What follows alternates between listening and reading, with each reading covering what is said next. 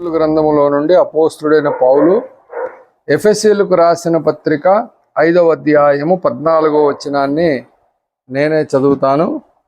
ఎఫెసీయులకు రాసిన పత్రిక 5వ అధ్యాయం 14వ వచనం. అందుచేత నిద్రించుచున్న నీవు మేల్కొని మృతులలో నుండి లెమ్ము, క్రీస్తు నీ మీద ప్రకాశించునని ఆయన చెప్పుచున్నాడు. చిన్న మాట ప్రార్థన చేసుకొని పరిశుద్ధాత్మ సహాయం, దేవుని సహాయమును వేడుకున్నాం. మహాపరిశుద్ధుడు, ప్రేమగల మా తండ్రి, నీ నామానికి స్తుతులు స్తోత్రములు ప్రభా. ఈ రాత్రికాల సమయంలో నీ మహాకృపను బట్టి, ప్రేమను బట్టి మరి నాయన విజ్ఞాపన ప్రార్థనలోకి నన్ను మమ్మల్ని నడిపించినందుకు వందనాలు. పాటల ద్వారా నిన్ను స్తుతించి కనపరిచే భాగ్యం దయచేసినందుకు వందనాలు. నీ నామంతటి కంటే గొప్పదైన నీ వాక్యమును ధ్యానించుటకు సిద్ధపరిచిన నీ దాసుడు, కడు బలహీనుడు, అల్పుడు, అపాత్రుడు, ఎన్నిక లేనివాడు, ఏమీ తెలియనివాడు, దయతో కనికరించి మీ దాసు నోట మీ మాట నుంచి మీ దాసు నోటిని నాలుకను సన్నిధికి దహించి మీ దాసు నోటిని బోరగా వాడుకొని ఆరాటపడుతున్న హృదయములకు ఊరట కలుగులాగిన జీవవాక్యమును అందించే రేపటి వల్లకు ఈరోజే సిద్ధపడుటకు మా ఆయన సిద్ధపాటును దయచేసి మీరే మహిమ ఘనత ప్రభావాలు పొందమని చిన్న ప్రార్థన అంగీకరించి దీవించమని నజరేయుడైన యేసుక్రీస్తు నామమున ప్రార్థించి అడిగి వేడుకొనుచున్నాను పరమ తండ్రి, ఆమేన్. మంచిది. ప్రభునందు ప్రియులరా, చదవబడినటువంటి లేఖన భాగంలో అపోస్తులుడైన పౌలు ఎఫెసీ సంఘమునకు మరి చెబుతున్నటువంటి మాట ఏంటంటే అందుచేత అన్నాడు. కాబట్టి ప్రభునందు ప్రియులరా, బైబిల్ గ్రంథంలో ఇట్లాంటి వర్డ్స్ వచ్చినప్పుడు మనం అది ఎందుచేత అనేది మనం ఒకసారి లేఖన పరిశోధన చేయాలి. అయితే ఈ ఎఫెసీయులు అర్తిమాదేవిని పూజించేటువంటి విగ్రహారాధికులు. ఎఫెసీయులు ప్రభునందు ప్రియులారా, ఎఫెసీ సంఘములో ఉన్న కొంతమంది మొట్టమొదటగా మరి బాప్తిస్మిచ్చి యోహాను ద్వారా బాప్తిసం పొందినటువంటి వాళ్ళు. ఆ తర్వాత మరి పరిశుద్ధాత్మను గురించినటువంటి వివరణ పూర్తిగా తెలుసుకున్న తర్వాత మరి పౌలు భక్తుని ద్వారా మరలా బాప్తిస్మము పొందినటువంటి వాళ్ళు. అయితే ఈ మరలా బాప్తిసం పొందినటువంటి వీరు మరి 2 సార్లు పొందాలేమో అని అనుకునే అభిప్రాయం ఉంటుందని పౌలు భక్తుడు మరి వీరికి లేఖన పూర్వకంగా వీళ్ళకి సత్యాన్ని తెలియజేశాడు. ఎఫెసీయులకు రాసిన పత్రిక 4వ అధ్యాయము, అపోస్తుడైన పౌలు ఎఫెసీయులకు రాసిన పత్రిక 4వ అధ్యాయము 5వ వచనంలో చెప్పాడు, ప్రభు ఒక్కడే, విశ్వాసం ఒక్కటే, బాప్తిస్మం ఒక్కటే అని చెప్పాడు. అలాగున ఎన్నో సత్యాలు మరి ఒక విధంగా మనము చెప్పాలంటే అపోస్తుడైన పౌలు వాక్యము అనగా యుగములలో తరములలో మరుగయున్న మర్మములను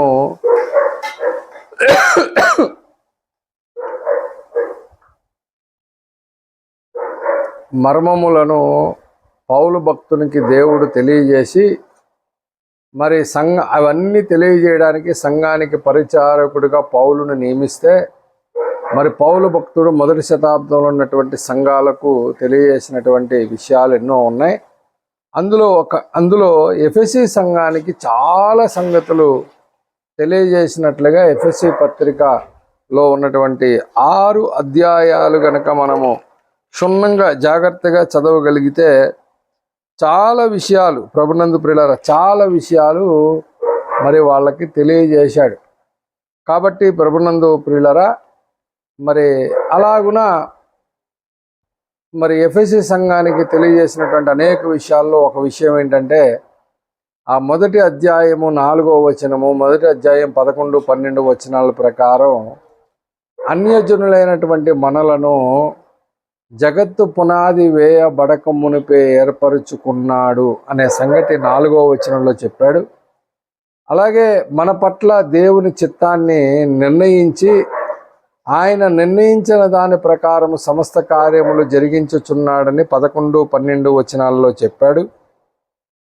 అలాగే ప్రభునందు ప్రియులారా, మనకి రక్షణ అనేది ఎలాగొచ్చింది అనంటే విశ్వాసము ద్వారా కృపచేతనే మీరు రక్షింపబడ్డారు, ఇది మీ వలన కలిగినది కాదని మరి సత్యాన్ని చెప్పాడు. అప్పుడు మరి రాబోయే దినాలలో ప్రభునందు ప్రియులారా, రాబోవు యుగములు అనేవి ఉన్నాయి. అప్పుడు మనకి మరి ప్రభునందు ప్రియులారా కృపా మహదైశ్వర్యమును కనపరుస్తాడు అనే విషయాన్ని మరి ఎఫెసీ సంఘానికి చెప్పాడు. అలాగే అపోస్తులు ప్రవక్తలు వేసిన పునాదుల మీద మీరు కట్టబడుతున్నారు, ఇంటి వలె కట్టబడుతున్నారని ఎఫెసీ సంఘానికి చెప్పాడు. ఇలాగన ఒకటి కాదు రెండు కాదు ప్రభునందు ప్రియులారా, మరి ఆ ఇజ్రాయిలు దేశము లేదా ఆ కనాను ప్రాంతము, ఆ చుట్టుపక్కల ఉన్నటువంటి ప్రాంతాల్లో ఉన్నటువంటి ఎన్నో మరి ఆ చుట్టుపక్కల ఉన్నటువంటి జనాభా యెహోవా దేవుడు అంటే ఇజ్రాయిలీల దేవుడు అని చాలామందికి తెలుసు. ఉదాహరణకి మనం యెహోషువ గ్రంథంలోకి వెళ్తే అక్కడ యెరికో పట్టణాన్ని స్వాధీనం చేసుకోవడానికి వెళ్ళినప్పుడు అక్కడ ఉన్నటువంటి ప్రజలు, అక్కడ ఉన్నటువంటి రాహాబు మాట్లాడిన మాట మనం ఒకసారి గమనిస్తే ప్రభునందు ప్రియులారా, యెహోషువ గ్రంథము మరి యెహోషువ గ్రంథము 2వ అధ్యాయము ప్రభునందు ప్రియులారా 10-11 వచనాలు మనం చదివితే, మీరు ఐగుప్తు దేశంలో నుండి వచ్చినప్పుడు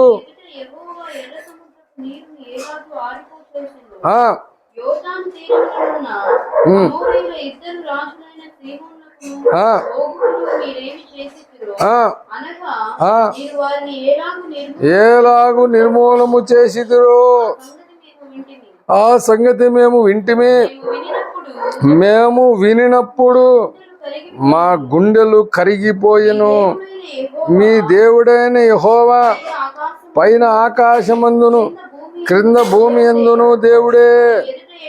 మీ ఎదుట ఎట్టి మనుషునికైనను ధైర్యము ఏమాత్రము ఉండదు. అంటే ఇజ్రాయిలీల దేవుడైన యెహోవా పైన ఆకాశమందు కింద భూమి యందు కూడా దేవుడేనట. మరి అటా కాదు, దేవుడే అని సాక్ష్యం ఇస్తున్నటువంటి రాహాబు అనే వేశ్య యెరికో పట్టణంలో ఉండి దానిని వేగు చూడడానికి వెళ్ళిన వారిని వారింట్లో దాచిపెట్టింది. ప్రభునందు ప్రియులారా, మరి ఆ దినాల్లో చుట్టూ ఉన్నటువంటి ప్రజలు ఇజ్రాయేలీల గురించి ఏమనుకునేవారంటే, ఇజ్రాయేలు దేవుడని యెహోవా వీరి పక్షమున ఎన్నో గొప్ప కార్యాలు చేశాడు. ఎలాంటి గొప్ప కార్యాలు చేశాడు? సమూయేలు మొదటి గ్రంథము ప్రభునందు ప్రియులారా, సమూయేలు మొదటి గ్రంథము 12వ అధ్యాయము, సమూయేలు మొదటి గ్రంథము 12వ అధ్యాయము మరి 24వ వచనం, ఆయన మీ కొరకు ఎన్ని గొప్ప కార్యములు చేసెనో అది మీరు తలంచుకొని మీరు యెహోవా యందు భయభక్తులు కలిగి నిష్కపటులై పూర్ణ హృదయముతో ఆయనను సేవించుట ఆవశ్యకము అన్నాడు. ప్రభునందు ప్రియులారా, మరి ఎన్ని కార్యాలు చేశాడంట? ఆయన మీ కొరకు ఎన్ని గొప్ప కార్యములు చేసెనో అంటున్నాడు. అంటే ఒకటి రెండా? ఎన్నో చేశాడు. అవి ఏం చేయాలంటే తలంచుకొని మీరు యెహోవా యందు ఏం కలిగి ఉండాలి? భయభక్తులు కలిగి నిష్కపటులై పూర్ణ హృదయముతో ఆయనను సేవించుట ఆవశ్యకము అని. ప్రభునందు ప్రియులారా, ఇలాగున ఎన్నో గొప్ప కార్యాలు చేశాడు. అప్పుడు అందరూ అనుకున్నారు, అబ్బో ఈ ఇజ్రాయేలీల దేవుడైన యెహోవా వారి పక్షమున వారికి చేసినటువంటి కార్యాలే కాదండి, భౌతిక కార్యాలే కాదండి, ఆధ్యాత్మిక కార్యాలలో కూడా ఇజ్రాయేలీలకు ఉన్నటువంటి ఆధిక్యత అపోస్తుడైన పౌలు రోమీలకు రాసిన పత్రిక 3వ అధ్యాయం మొదటి 2 వచనాల్లో చెప్పాడు. ఏమని? అట్లయితే యూదునికి కలిగిన గొప్పతనమేమి, సున్నతి వలన ప్రయోజనమేమి? రోమాపత్రిక 3వ అధ్యాయం 1-2 వచనాలు, ప్రతి విషయమందును అధికమే. మొదటిది దేవోక్తులు యూదుల పరము చేయబడను. అబ్బబ్బబ్బబ్బబ్బా, ఏం చేశాడంట? దేవోక్తులు యూదుల పరము చేశాడు. ఇంకెవడు పరం చేయలే. ఎవడికి దేవుని వాక్యం ఇలా ఎవరికి ఇచ్చాడు? యాకోబుకి ఇచ్చాడు. అదొకటేనా? 9వ అధ్యాయము, రోమాపత్రిక 9వ అధ్యాయము 4వ వచనం నుంచి చదువుతున్నాను చూడండి. వీరు ఇజ్రాయేలీలు దత్తపుత్రత్వమును మహిమయు నిబంధనలను ధర్మశాస్త్ర ప్రధానమును అర్చనాచారాదులను వాగ్దానములను వీరివి పితరులు వీరివారు శరీరమును బట్టి క్రీస్తు వీరిలో పుట్టెను. ఈయన సర్వాధికారి అయిన దేవుడై ఉండి. అదే ఏంటి ఎన్ని కలిగినాయి వీళ్ళకి? ఇన్ని ఉన్నాయి. ఇవన్నీ ఎవరి? ఇజ్రాయేలీలు మొత్తం అంతా. ప్రభునందు ప్రియులారా, మరి ఇజ్రాయేలీలు పక్షముగా దేవుడు ఇన్ని ఆధ్యాత్మిక ప్రపంచంలో ఇన్ని ఇచ్చాడు. మరి ఇవన్నీ వాళ్ళే. మరి మనకేమున్నాయి? ఏమైనా ఉన్నాయా మనకి అని అంటే ఆ మర్మం కూడా పౌలు ఎఫెసీయులకి చెప్పాడు. అది నేను చెప్పే మాట. ఇప్పుడు నేను చదివించిన విషయాలన్నీ ఏవైతే వాగ్దానాలు ఉన్నాయో, ఏవైతే వీళ్ళకి ఉన్నాయో అవన్నిట్లోనూ మనం కూడా సమాన వారసులము అని ఎవరికి చెప్పాడు? ఎఫెసీయులకి చెప్పాడు. ఎఫెసీయులకు రాసిన పత్రిక 3వ అధ్యాయము 6వ వచనం, ఈ మర్మమేదనగా అన్యజనులు సువార్త వలన క్రీస్తు యేసునందు యూదులతో పాటు సమాన వారసులను, ఒక శరీరమందలి సాటి అవయవములను వాగ్దానములో పాలివారులనై ఉన్నారనుదియే అన్నాడు. అంటే యూదులతో పాటు సమాన వారసులు, వాగ్దానములో పాలివారులనై అన్నాడు. కాబట్టి ప్రభునందు పిల్లరా, అంటే ఇప్పుడు ఇజ్రాయేలీలకు ఏమేమి చేశాడో అవన్నీ ఇప్పుడు వాళ్ళతో పాటు సమాన వారసులు ఎవరు? అన్యజనులు సువార్త వలన క్రీస్తునందు విశ్వాసులు అయిన వారికి వాళ్ళతో పాటు సమాన వారసులు, వాగ్దానంలో మనం కూడా పాలివారు. ఇలాగూ ఎఫెసీ సంఘానికి పౌలు భక్తుడు ఎన్నో సంగతులు చెప్పాడు. ఇన్ని సంగతులు చెప్పినటువంటి పౌలు రక్షణ పొందినటువంటి ఈ సంఘానికి ప్రభునందు ప్రియులారా, ఇంకా నేను చెప్పాలంటే ఇంకా బోల్డన్ని విషయాలు ఉన్నాయి. భార్యాభర్తలను గురించినటువంటి మర్మము పౌలు భక్తుడు ఎఫెసీ సంఘానికి చెప్పాడు.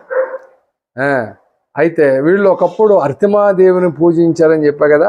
ఇప్పుడు వీళ్ళందరూ అర్తిమాదేవిని పూజిస్తూ విగ్రహారాధన చేస్తున్న వాళ్ళు ఎక్కడున్నారు? వీళ్ళు ఎక్కడున్నారు?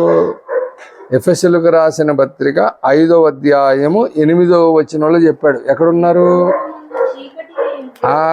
అందుచేత అన్నాడు కదా ఇందాక మనం చదువుకున్న వచనంలో. ఎందుచేత ఇప్పుడు చెప్తున్నా. అందుచేత అన్నాడు కదా, ఎందుచేత చెప్తున్నా.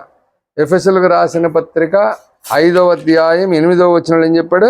మీరు పూర్వమందు చీకటి అయి ఉంటిరి కానీ ఇప్పుడైతే అది ఒకప్పుడు మనం ఎక్కడున్నాము?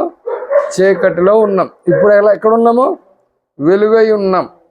మరి వెలుగై ఉన్న మనలో వెలుగు ఫలం ఉండాలి. అవునా? వెలుగులోకి వచ్చిన మనలో ఏం ఫలం ఉండాలి? వెలుగు ఫలం ఉండాలి. వెలుగు ఫలము సమస్త విధములైన మంచితనం అన్నాడు. చూడండి, ఎఫెసీయులకు రాసిన పత్రిక 5వ అధ్యాయం 9వ వచనంలో ఏం చెప్పాడు? వెలుగు ఫలము సమస్త విధములైన మంచితనం. ఇక్కడ మీరు పాయింట్ అర్థం చేసుకోండి. మంచితనము అని చెప్పలా, ఏమన్నాడు? సమస్త విధములైన మంచితనము అన్నాడు. అంటే అర్థం ఏంటి? ఏ విధంగా చూసినా సరే నీలో ఏం కనబడాలి? మంచితనం కనబడాలి. సమస్త విధములైన మంచితనం అంటే ఏంటి? ఏ విధంగా చూసినా సరే నీలో మంచితనం అనేది కనబడాలి. ఏదైనా ఒక మంచితనం, ఫలానా విషయంలో నీకు మంచితనం లేదు అని అంటే అప్పుడు నీకు సమస్త విధములైన మంచితనం ఉన్నట్ట. అంటే అది వెలుగు ఫలమా? అంటే రక్షణ పొంది, ప్రభునందు పిల్లరా అర్థం చేసుకోండి, అపార్థం చేసుకోమాకండి. రక్షణ పొంది వెలుగులోకి వచ్చి సంవత్సరాలు గడిచిపోతున్నా సరే మనలో మంచితనం కొద్దిగా కూడా కనబడకపోతే మరి ఇప్పుడు నీలో వెలుగు ఫలం అనేది ఎక్కడుంది? అప్పుడు నువ్వు ఏ స్థితిలో ఉన్నావు? నిద్రించుచున్న నీవు అన్నాడు కదా. అంటే నిద్రించడం అంటే ఆధ్యాత్మిక ప్రపంచంలో అర్థం ఏంటి? మృత స్థితిలో ఉన్నావని అర్థం. ఇంకా నువ్వు బ్రతకలా, వెలుగులో ఇంకా నువ్వు సజీవుడవు కాలేదు. మీకు విషయం చెప్తాను. యేసు ప్రభు వారు ఎందుకు చనిపోయారు, ఎందుకు పునరుద్ధానుడయ్యాడు? పౌలు భక్తుడు చెప్పిన మాట చెప్తున్నా.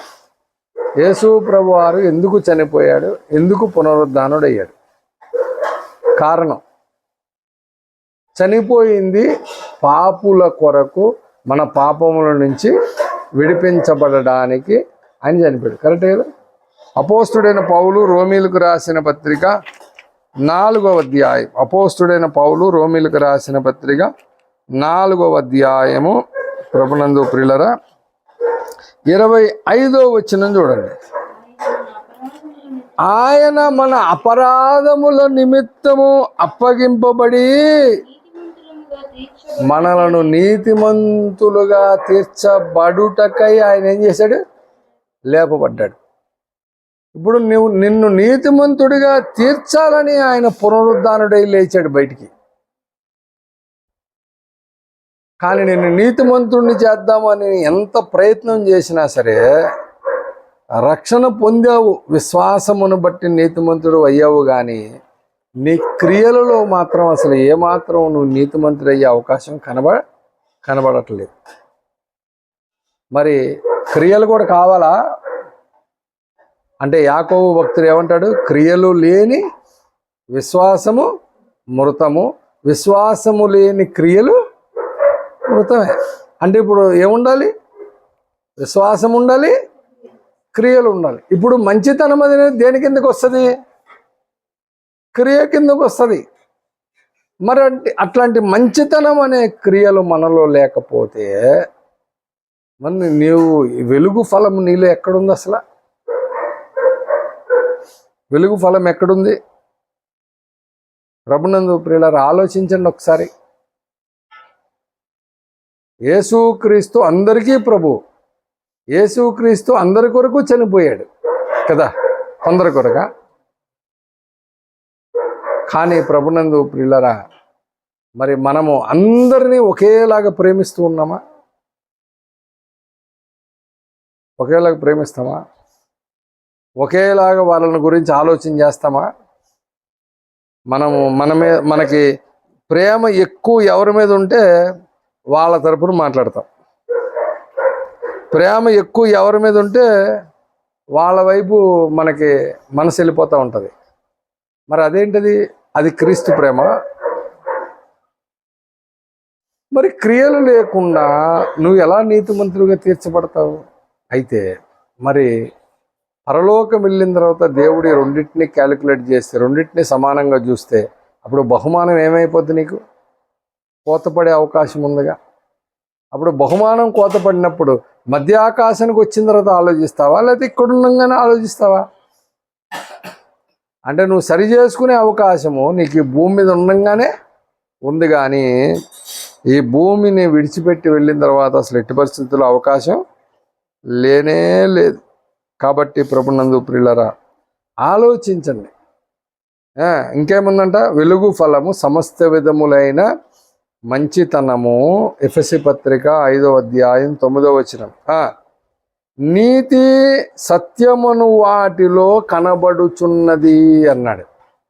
నీతి సత్యమును వాటిలో కనబడుచున్నది.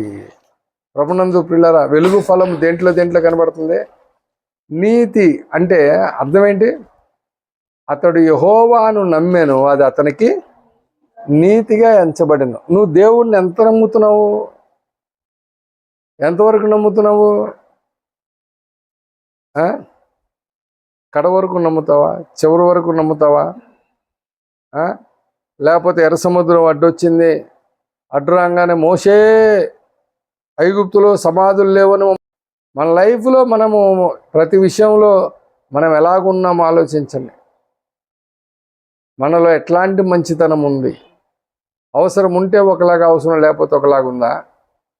దేవుడు అన్ని చేస్తే దేవుడిని నమ్మే పరిస్థితి ఉందా? చేయకపోతే నమ్మే పరిస్థితి లేదా? సత్యమను వాటిలో కనబడుచున్నది అన్నాడు. సత్యం అంటే ఏంటి? వాక్యము. సత్యం అంటే యేసు. సత్యం అంటే పర్యాయ పదాలు చెప్పండి సార్. వాక్యము లేఖనం ప్రకారం. సత్యం అంటే వాక్యము లేఖనం ప్రకారం. సత్యం అంటే యేసు లేఖనం ప్రకారం. భౌతిక ప్రపంచంలో సత్యం అంటే ఏంటి చెప్పండి? నిజాయితీగా ఉండాలి, యథార్థంగా ఉండాలి. మరి అది మనలో అవి కూడా క్రియలేగా. మరి అవి కనబడుతున్నాయా? వెలుగు ఫలం గనుక అన్నాడు. ప్రభువుకి ఏది ప్రీతికరమైనదో దానిని పరీక్షించుచు వెలుగు సంబంధుల వలె నడుచుకొనుడి అన్నాడు. దేవునికి ఏది ప్రీతికరమో చూసుకోవాలి ప్రభునందు పిల్లరా. అపోస్తుడైన పౌలు హెబ్రీ సంఘానికి చెప్పాడు, దేవునికి ప్రీతికరమైన సేవ చేయుదుము అని. ప్రభునందు పిల్లరా, మరి మనము కూడా ఆలోచించాలి, ఏది దేవునికి ప్రీతికరము. మనం చేసే పనుల్లో ఈ పని నేను చేస్తే ఇది దేవునికి ప్రీతికరమా కాదా? నేను మొన్న సాటర్డే నేను చెప్పాను, లాస్ట్ సాటర్డే అని చెప్పాను విజ్ఞాపన ప్రార్థనలో, ఎల్లప్పుడూ ప్రభువునందు ఆనందించుడి అంటే ప్రభువునందు ఆనందించడం అంటే అర్థం ఏంటి? ప్రభువునందు ఆనందించడం అంటే అర్థం ఏంటి? నువ్వు ప్రభువునందు ఎలాగ ఆనందిస్తున్నావు? ప్రభువుని ఎలా సంతోషపెడుతున్నావు? అసలు నీ ఆనందం ఎట్లాంటిది? ఇవన్నీ క్యాలిక్యులేట్ చేసుకుంటే ఇప్పుడు నేను ఈ చేసే పని దేవునికి ప్రీతికరమైందా కాదా అని పరీక్షించుకుంటే ప్రతి విశ్వాసికి తను చేసే పని కరెక్ట్గా తెలీదా? మాటలైనా చేతలైనా మన నడవడికైనా మన ప్రవర్తన అయినా. అవునా? కొన్నిసార్లు కొంతమంది చాలా డిఫరెంట్గా ఉంటారు.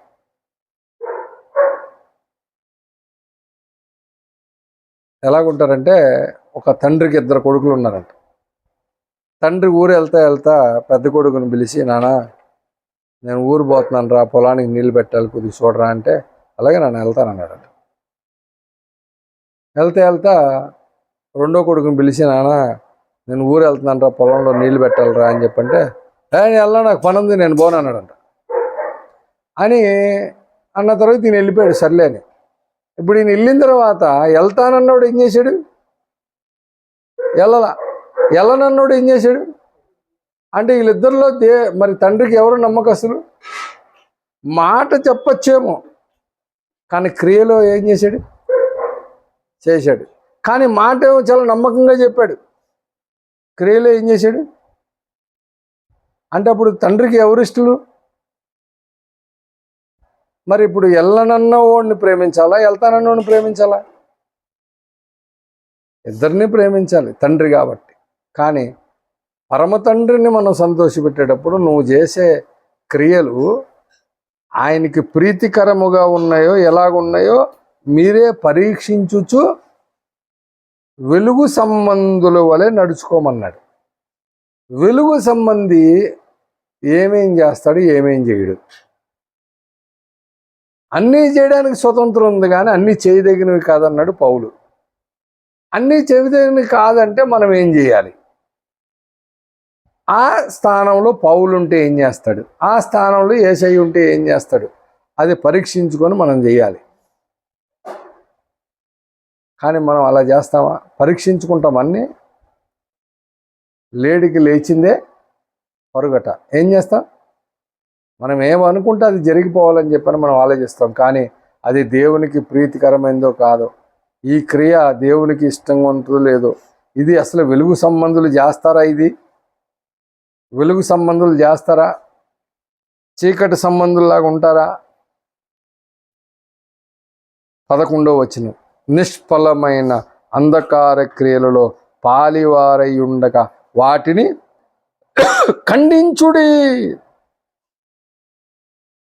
నిష్ఫలమైన అంధకార క్రియలలో అసలు ముందు పాలువారై ఉండకూడదు. అంతేకాకుండా వాటిని ఏం చేయాలి? మనము ఖండించాలంట. ఖండిస్తామా? ఏమో రేపొద్దున మళ్ళీ తిరిగి నాకే వస్తుందేమో ఆ పరిస్థితి. ఇప్పుడు నేను ఖండిస్తే రేపొద్దున మళ్ళీ దీన్ని చేయగలను లేదో అని సైలెంట్గా ఉంటావా? ఏం చేస్తావు? నీ వరకు వస్తే నువ్వేం చేస్తావు? ప్రభునందు ప్రియులారా, ఆలోచించండి. ఇవన్నీ నువ్వు నిద్రించుచున్న నీవు మేల్కొని మృతుల్లో నుండి లెమ్ము అంటున్నాడు. ఎందుకంటే క్రీస్తు నీ మీద ప్రకాశించునని ఆయన చెప్పుచున్నాడు అన్నాడు. మనం ఏ స్థితిలో ఉన్నాం? క్రీస్తు నీ మీద ప్రకాశిస్తున్నాడా? ఇంకా మృతుల్లోనే ఉన్నావా? ఎక్కడున్నావు అసలు నువ్వు? ప్రభునందు ప్రియులారా, 12వ వచనం, ఏలయనగా అట్టి క్రియలు చేయువారు రహస్యమందు జరిగించున్న పనులను గురించి మాటలాడుటైనను అవమానకరమై ఉన్నది అట. రహస్యమందు చేసే పనులు కొన్ని ఉంటాయి ఈ లోకంలో, వాటిని గురించి మాట్లాడడం కూడా అవమానకరమేనంట. సమస్తమును ఖండింపబడి వెలుగు చేత ప్రత్యక్షపరచబడును. ప్రత్యక్షపరుచున్నది ఏదో అది వెలుగే కదా అన్నాడు. అందుచేత అన్నాడు. కాబట్టి ప్రభునందు ప్రియులారా, ఈ రాత్రికాల సమయంలో మనం ఒక్కసారి ఆలోచిద్దాం. ఒక్కసారి నాలో వెలుగు ఫలం ఉందా? సమస్త విధములైన మంచితనం ఉందా? నీతి ఉందా? సత్యం ఉందా? అసలు దేవునికి ప్రీతికరమైనది ఏదో నేను పరీక్షిస్తున్నానా? అసలు వెలుగు సంబంధిగా నేను నడుచుకుంటున్నానా? అసలు నిష్ఫలమైన అంధకార క్రియలలో నేను పాలువారే కాకుండా ఉన్నానా? అసలు వాటి ఖండిస్తున్నానా? లేకపోతే నేను పాలువాడినై ఉన్నానా? అందుకని చెప్పాను ప్రభునందు ప్రియులారా, బైబిలు గ్రంథములో పౌలు చెప్పినటువంటి మాటలు కొంచెం జాగ్రత్తగా ఆలోచించాలి. అపోస్తుడైన పౌలు కొరింథీయులకు రాసిన 2వ పత్రిక 6వ అధ్యాయము, కొరింథీయులకు రాసిన 2వ పత్రిక 6వ అధ్యాయం 14వ వచనం చదవండి.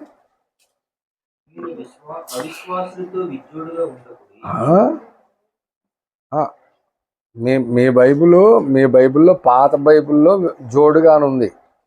కొత్త తర్జమాలో మరి తర్జమా జరిగినప్పుడల్లా కొన్ని పదాలు మారుస్తూ ఉంటారు. జోడుగా ఉండడం వేరు, విజ్జోడుగా ఉండడం వేరు. ఎవరితో విజ్జోడుగా ఉండకూడి? అవిశ్వాసులు అంటే ఎవరు? అవిశ్వాసులు అంటే ఎవరు? అవిధేయులు. అవిధేయులు. దేనికి అవిధేయులు? లేఖనమునకు క్రీస్తునకు అవిధేయులైన వారితో నువ్వు ఎలాగుండాలి? చట్టాపట్టాలు వేసుకొని తిరగాలి కదా. వాళ్ళు ఎక్కడికి రమ్మంటే అక్కడికి వెళ్ళిపోవాలి.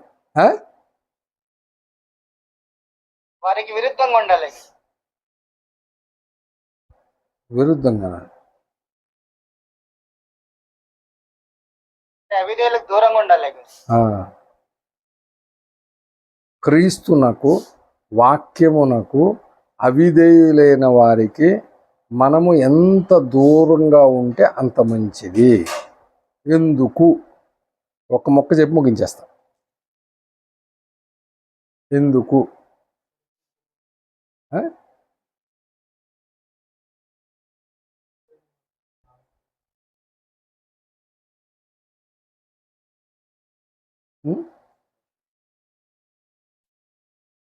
పరిశుద్ధత నుంచి పడిపోయే అవకాశం ఉంది. ఓకే, వాళ్ళతో అసలు విజ్జోడికి ఎందుకు ఉండకూడదు? ఒకటి చెప్తాను. రక్షణ పొందిన మనలను దుష్టుడు కొన్ని పనులు చేయడానికి ప్రేరేపిస్తున్నాడా? ప్రేరేపించట్లేదా? ప్రేరేపిస్తుంటే నువ్వు చేయకుండా ఉండడానికి దాంతో పోరాడుతున్నావా లేదా? చాలా వరకు చేయకుండా ఉండాలనే ప్రయత్నం నువ్వు చేయడంలో పోరాటం చేస్తున్నావు లేదా? ఎంత పోరాటం అన్యులు చేస్తారా? ఎందుకని? ఎందుకంటే వాళ్ళ లోపల క్రీస్తు లేడు, వాళ్ళ రక్తంలో కడగబడలేదు, వాక్యం వాళ్ళకి తెలియదు, వాళ్ళు లోకములో ఉన్నారు, లోకములో దుష్టుడు ఉన్నాడు, దుష్టుడు వారి చేతుల కింద ఉన్నాడు. వాడు ఎలా ప్రేరేపిస్తే అట్లాగా 100% చేసేయడానికి రెడీ అయిపోతారు. అవునా కదా? ఇందాక ఒక న్యూస్ చూశాను. ఒక అమ్మాయిని ప్రపోజ్ చేశాడట, వాళ్ళు తిరస్కరించి కేసు పెట్టారట. ఆ కేసుకి లోపలికి వెళ్ళాడు, 2 నెలలు ఏమో ఉన్నాడు, బెయిల్ వచ్చింది, బయటకు వచ్చాడు. రాత్రి 12 గంటల నుంచి 1 గంట లోపు ఇంట్లో ఉన్న వాళ్ళందరినీ చంపేశాడు. గంటలో పిల్ల పాప పెద్దోడు ముసలోడు ఏం చూడకుండా మొత్తం అందరినీ నరుక్కుంటూ వెళ్ళిపోయాడంట. జస్ట్ వేటి న్యూస్లో వచ్చింది. నేను షాక్ అయిపోయాను. అంటే అంత కసి. ఒక అమ్మాయి ప్రపోజ్ చేస్తే వద్దందని వాళ్ళు బలవంతం చేస్తే కేసు పెడితే ఒక 2 నెలలు జైల్లో ఉండి నువ్వు విడుదలై బెయిల్ అయి బయటకు వస్తే అంటే ఇంత భయంకరంగా చంపేయాలనే క్రూరత్వం ఉంటుందా వ్యక్తులు? పోనీ అతను వయసు ఏం చిన్నది కాదు, దగ్గర 25-30 ఏళ్ళు ఉన్నాయి. మరి ఇప్పుడు దాకా ఎందుకు చేయలేదు అట్లా? రాత్రి మాట్లాడుతుంటే అమ్మగారు నేను మాట్లాడుకుంటుంటే నేను అన్నాను, ఏందమ్మా అసలు మనుషులు ఎట్లాగా ఆడవాళ్ళు ఎలాగైపోయారు, మా ఆయన దొరకలేదండి, మా ఆయన కనబట్టలేదు, తప్పిపోయాడని చెప్పని పోలీస్ స్టేషన్కి కేసు పెట్టి వాళ్ళు తిరుగుతున్నారు. వాళ్ళు మరిది గారికి ఎందుకో ఏమో ప్రవర్తన డౌట్ వచ్చి మా వదిన మీద నాకు డౌట్గా ఉంది, ఏమైనా ఇంట్రాగేట్ చేసి తెలిసిపోద్దని చెప్పని కేసు పెట్టాడంట. పోలీసు వాళ్ళు చెప్పాడు. పోలీసులు వచ్చి ఆమె తీసుకెళ్ళి వాళ్ళ స్టైల్లో ఇంట్రాగేట్ చేస్తే ఇంట్లోనే బాత్రూంలోనే తవ్వేసి కింద పెట్టేసిందట. బాత్రూమ్ రిపేర్ చేయాలి సార్ అని చెప్పని మొత్తం టైల్స్ అని తీపిచ్చేసి మొత్తం మట్టి అంతా తీసేసి లోపల పెట్టేసి మొత్తం మళ్ళీ ప్లాస్టింగ్ చేపించేసింది అని నేను చెప్తుంటే అమ్మగారు అంటుంది, ఇంకెంతకంటే ఘోరమైంది చూశాను బాబు నేను, నువ్వు ఇంకా చూడలేదంటే చూడలేదమ్మా అంటే chicken pickle, mutton pickle, prawns pickle ఉంది కదా, అట్లాగా మొగుడిని పికిల్ చేసిందంట, పచ్చడి పట్టేసిందంట. అని నేను అడుగుతున్నాను, ఆడోళ్ళు ఇంత భయంకరంగా ఉంటారా? అడుగుతున్నా, ఉంటారా? చాలా సున్నితంగా ఉంటారు కదా అసలు యాక్చువల్గా. మరి ఇంత భయంకరం ఎందుకు వచ్చాయి, ఎందుకు అయిపోయారు? కారణము ఈ లోకములో ఉన్న ఒక దురాత్మ శక్తి వ్యక్తులను అట్లాగూ ప్రేరేపిస్తుంది. ఆ వ్యక్తులే జస్ట్ నీ మీద ఒక అసూయ, ఒక ద్వేషము, ఒకటి ఏదైనా పగ, నాకంటే ఇటు పైకి వెళ్ళిపోతున్నాడు ఉద్యోగంలో, నాకంటే పైకి శాలరీ పెరిగిపోయింది, నేను అనుకుంటే నాకు రావట్లేదు, ఈ ఎట్లాగే వెళ్ళిపోతున్నాడు ఈ అమ్మాయి ఎట్లాగే వెళ్ళిపోతుంది అనే ఒక చిన్న ద్వేషం పెట్టుకొని ఇరికించడం ఈజీ కదా? ఈజీయే కదా? వాళ్ళు చేయగలరా, చేయలేరా? సపోజ్ పొద్దున్న ఒక చిన్న ఇన్సిడెంట్, ఏదో ఒక అర్జెంటుగా ఒక చోటకి వెళ్ళాల్సి వచ్చింది. అయ్యా మీకు తెలిసిన వాళ్ళు ఎవరైనా ఉన్నారా అని చెప్పంటే మా కొలీగ్స్ ఉన్నారండి. ఎక్కడున్నారు? రూమ్ తీసుకొని ఉన్నారండి. ఎవరు? 2 ఆడపిల్లలు అండి. అదే వద్దు, అక్కడికి మాకు ఎందుకు వెళ్ళొద్దు? ఏమో ఎవడు తెలిసి అక్కడికి వెళ్ళిన తర్వాత వాళ్ళే వీళ్ళ మీద కేసు పెడతారు, ఏం చేస్తారో మనకేమైనా తెలుస్తుందా? మన ప్రవర్తన వాళ్ళకి నచ్చుకో, లేకపోతే ఈడు ఇన్ని ఉద్యోగాలకి ఇంటర్వ్యూలు ఇచ్చేస్తున్నాడు, నాకేట్రా రావట్లేదని చెప్పని కోపంతోనో, మొన్న మధ్యన మా ఇంటికి వచ్చాడు నన్ను ఇలాగ అన్నాడని అని చెప్పంటే అవుదా? ఎంత ఈజీ ఇరికిచ్చడం చెప్పండి. ఏమన్నా చేయడం ఎంత ఈజీ? ద్వేషముతో నింపబడి దురాత్మ శక్తులతో నింపబడిన వ్యక్తులు ఏం చేస్తారో కూడా తెలియదు. ఆడెవడో ప్రేరేపించాడంట, పెళ్లి చేసుకునే అబ్బాయిని కొండ మీద చూసేసింది అది. కానీ ఏమన్నా అసలు ఉందా అసలు దీని పాయింట్, లాజిక్? అంటే ఎవరు ఎప్పుడు ఎవరు ఎట్లా మారిపోతారో, దురాత్మ శక్తులు ఎట్లా ప్రేరేపిస్తాయో, ఎవరిని ఏం చేస్తాయో తెలియదు. కాబట్టి అపోస్తులుడైన పౌలు ఈ తరాన్ని దృష్టిలో పెట్టుకొని పరిశుద్ధాత్మ సహాయం చేత అప్పుడు రాపించాడు. ఏమని? అవిధేయులైన వారితో మీరు విజ్జోడుగా ఉండొద్దని. అంటే ఎంత దూరంగా ఉంటే అంత మంచిదని. కనీసం కొంచెం సెన్స్ ఉందా? కొంచెం అర్థమవుతుందా ఎవరికైనా చెప్తుంటే? ఇంకా మళ్ళీ నా దగ్గరికి వచ్చి మాట్లాడినప్పుడు నేను కేకలేయాలో తెలియట్లేదు, ఏం అనకూడదో తెలియట్లేదు, ఏం చేయాలో తెలియట్లేదు. నేనేం చేయాలి అప్పుడు?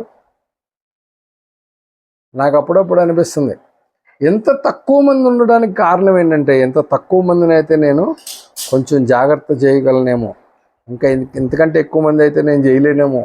అందుకే దేవుడు ఇది చాలేరా అని చెప్పని ఎంతవరకు ఉంచాడేమో. ఎందుకంటే ప్రతి ఒక్కరిని గమనించే అవకాశం ఉంటుంది. 300 మంది ఉన్నారు అనుకో, నా కడుపును పుట్టిన వాళ్ళు ఏం చేస్తున్నారో ఏం చేయట్లేదు తెలియదు నాకు. తెలుతుందా?